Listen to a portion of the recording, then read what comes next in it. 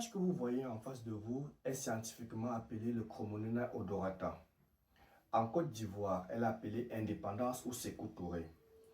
Au Cameroun, elle est appelée Bokassa. Au Gabon, on l'appelle Sékou Touré ou Sassou. Et au Congo, pareil. Alors, cette plante que vous voyez, c'est une plante qui pousse partout. Et pourtant, elle a des propriétés bien plus meilleures comme vous ne pouvez l'imaginer. Elle est en même temps insecticide et fongicide. Comme insecticide, elle permet de lutter contre les insectes piqueurs-suceurs. Comme fongicide, elle permet de lutter contre la rouille. Regardez la deuxième image qui s'affiche à l'écran. Scientifiquement, elle est appelée Vernonia. Au Cameroun, au Gabon et au Congo, on l'appelle le Ndolé.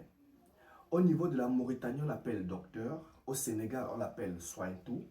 En Côte d'Ivoire, les Baoulés l'appellent Agbovi et les Djoula l'appellent Kosafna.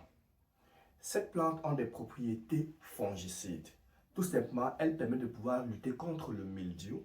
Elle permet de lutter contre la rouille, l'anthracnose.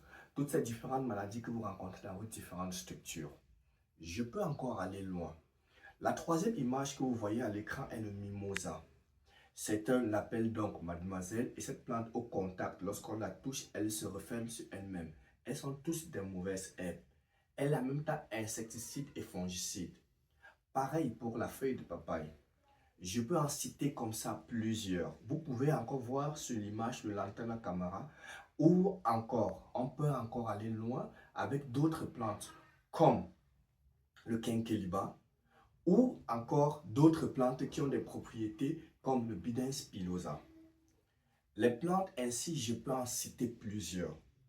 La particularité de toutes ces plantes que je viens de citer, elle est considérée comme mauvaise herbe et permet donc de lutter contre les ravageurs et les maladies sur les cultures. Alors, on peut même laisser les différentes plantes aller sur d'autres plantes naturelles ou bien des roches naturelles comme le soufre qui s'affiche à l'écran, comme la chaux éteinte comme vous voyez aussi à l'écran. Elles peuvent être utilisées pour pouvoir faire la bouillie bordelaise. Alors, pour pouvoir comprendre tout ce que je viens d'expliquer au début de cette vidéo, vous deviez voir que toutes ces différentes plantes ont des propriétés insecticides et fongicides pour pouvoir permettre à ce que nous puissions produire des biofertilisants, des biopesticides sans toutefois dépenser un seul franc. Nous avons pris le temps de pouvoir regrouper toutes ces différentes plantes, les vertus, les utilisations, les différentes propriétés, les différentes cibles qu'il permet donc de pouvoir détruire dans un guide que nous avons nommé 120 techniques de production de biopesticides. Avec ce guide, fini les différentes tracasseries.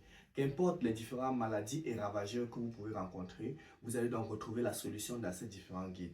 Nous avons parcouru tous les différents pays pour pouvoir vous donner tous les différents éléments valorisés sur tous les différents types de cultures, tomates, piments, poivrons. Alors, les 120 techniques de production de biopesticides vont vous aider tout simplement à pouvoir traiter vos différentes cultures et maladies sans toutefois vous stresser. Dans le guide, nous avons donné la posologie, les différentes associations, les différentes doses qu'il faut pouvoir utiliser. Je vous invite donc à cliquer sur le lien pour pouvoir télécharger votre guide 120 techniques de production de biopesticides que vous pouvez utiliser partout et pour toutes les cultures. Merci, à nous revoir. N'oubliez pas, cliquez sur le lien et téléchargez votre guide. Là, vous allez produire vos différents intrants biologiques sans toutefois dépenser 5 francs. Merci.